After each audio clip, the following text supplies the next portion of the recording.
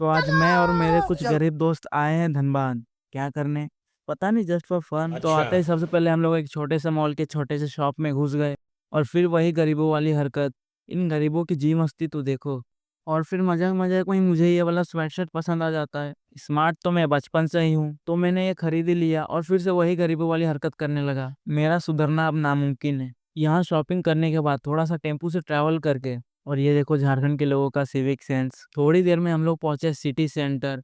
और वहां से टेम्पू से और ट्रैवल करने के बाद हम लोग पहुंचे सिटी स्टाइल। वहां पहुंचने के बाद हम लोग कपड़े देखने लगे और ट्रायल रूम में ट्राई भी करने लगे। स्मार्ट तो मैं यहाँ भी लग रहा हूँ। और फिर यहाँ किसी ने ट्रायल रूम बाहर से बंद कर दिया था, और ये देखो इसकी बॉडी। काफी देर फंसने और आवाज लगाने के बाद फाइनली किसी ने दरवाजा खोल ही दिया। इतनी शॉपिंग के बाद हम लोग को थोड़ी भूख भी लग गई थी, तो थोड़ा वॉक करके हम लोग कुछ खाने के लिए भी निकल पड़े। तो पहले हम लोगों ने खाया ये वाला, फिर ये वाला, फिर ये वाला, फिर ये वाला। इतने खर्चे पे परचेज करने के बाद हम लोगों पे पैसे की किल्लत आ गई, इसीलिए लास्ट में हम लोग धनबाद के पुराना बाजार पहुंचे।